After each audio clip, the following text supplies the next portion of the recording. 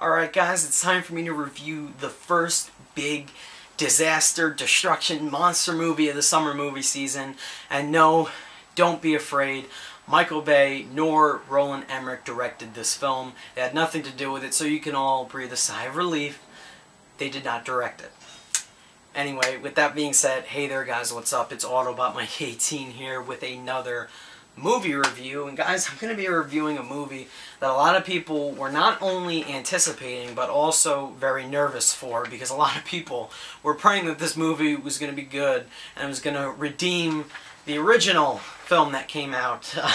With that being said guys, in this video I'm going to be reviewing Godzilla. That's right guys, I just finished watching the new Godzilla movie, and I, like many of you, was definitely looking forward to it. Great marketing campaign for this Godzilla movie, in my opinion. Great looking ensemble cast, a lot of good looking things for this movie going into it. And here's the thing, I'm pretty sure most of you have heard of the name Godzilla before in previous years. I know that this is not the first time many of you are hearing of Godzilla, unless you've been living under a rock your whole life, because Godzilla is not an original film. This movie is not an original movie. We have had Godzilla movies in the past. Most notably was the 1998 Godzilla, which I probably should talk about because a lot of people were pissed with that movie. A lot of people were really disgusted with that version of Godzilla, and they were hoping that this movie would redeem that Godzilla. We've had older Godzilla movies in the past. Now guys, for me, I haven't seen any Godzilla movies. This is the first Godzilla movie I've ever seen in my life. So for that reason, I was definitely looking forward to watching the movie. And while I'm not going to compare this to the 1998 version, which I know a lot of you hated, I can confirm that this was a very good, enjoyable movie. I can't say whether or not it's better than that 1998 one, but I'm pretty sure it is, but I haven't seen that one. And I'm pretty sure there's a good reason why I haven't seen it yet, and I don't plan on seeing if it was that bad. But, in my opinion, stick with this version of Godzilla, because this was excellent, guys. I had such a fun time watching Godzilla. So many great things going for this movie, in my opinion. It's not perfect. It's not the best monster movie ever made, probably. My personal favorite monster movie ever made is probably going to have to go to King Kong. I'm sorry, I'm just... And when I mean King Kong, I mean the Peter Jackson remake. I love that movie. But Godzilla was pretty darn good. It did have its problems, but I will address those later on in my review. As for right now, guys, let's get into me summing up the plot for the movie. Now, here's my problem with summing up the plot of Godzilla. I'm going to be very, very vague, guys. I'm going to be upfront with you. I'm going to be extremely vague with summing up, with giving you guys the plot details of Godzilla. Here's the reason why. I am going to sum up the plot based on what the trailers have given away, because there are several plot points in this movie that the trailers did not spoil, so therefore I'm not going to spoil them. And I don't know if you guys are going into this movie and you know what's going to happen, what Godzilla is going to do, who Godzilla is going to face. I don't know if you know that going into this movie or if you don't, but I'm just discussing the movie, summing up the film from what I've seen from the trailers, so to avoid spoiling anything. Basically, and I know this synopsis is very vague, but Godzilla is a monster movie about the famous monster known as Godzilla. And yes, he's tearing up the cities, destroying buildings, and he's power hungry, and the human race is absolutely terrified, threatening humanity. He's threatening humanity, basically, and yeah, that's all I want to say.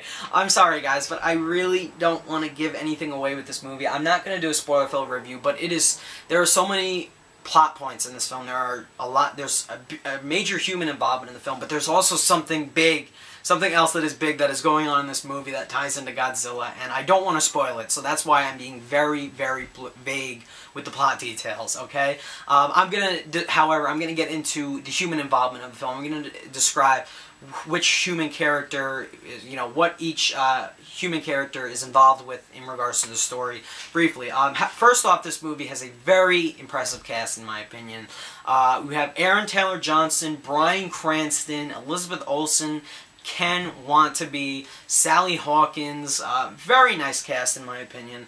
And real quick, I'm going to sum up what each actor's role in the film was, and I'll, you know, describe my feelings on each actor, especially Bryan Cranston. That's another reason why I was looking forward to this movie. You got Heisenberg in this movie going up against Godzilla.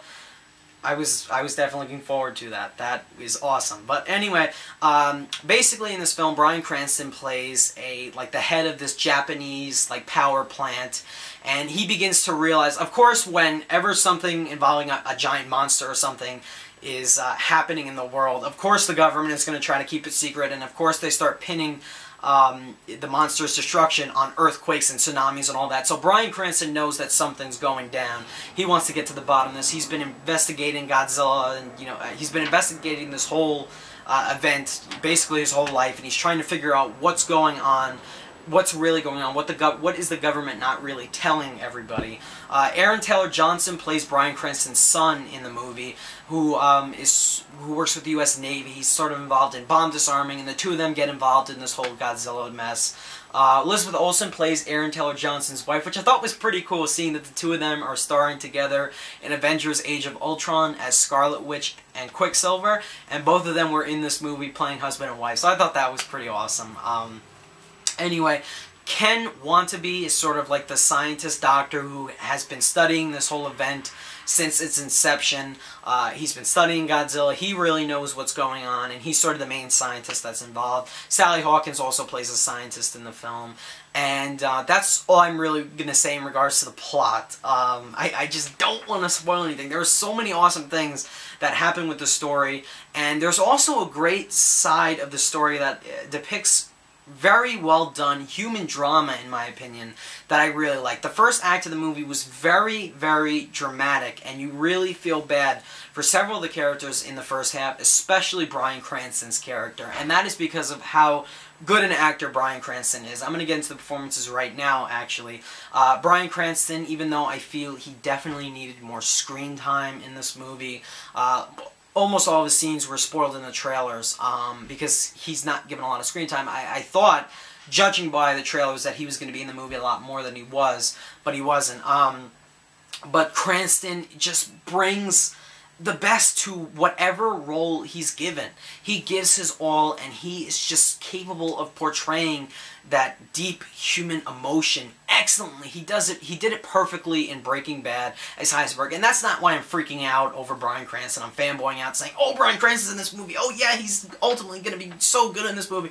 No, I'm not saying that because he was awesome in Breaking Bad. He's really good in this movie in the first act of the film, and it was great. His scenes really, you really felt bad for the guy in this movie.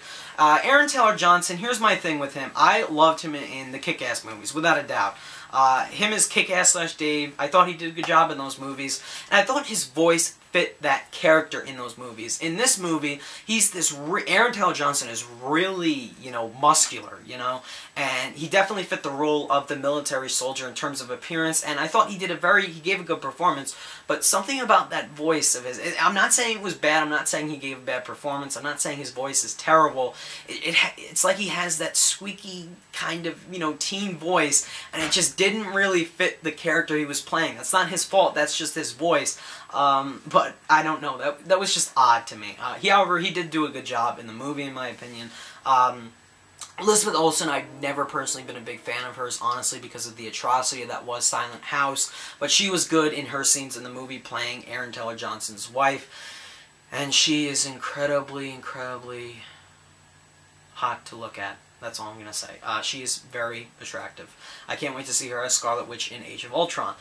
Ken Watanabe was good, and also Sally Hawkins was pretty good. I think all the cast gave really interesting performances, in my opinion, but Cranston just topped them all. He's just so good in anything that he's in, and I'm not saying that because he's Walter White in Breaking Bad, he was Heisenberg. No, he's really, really a good actor.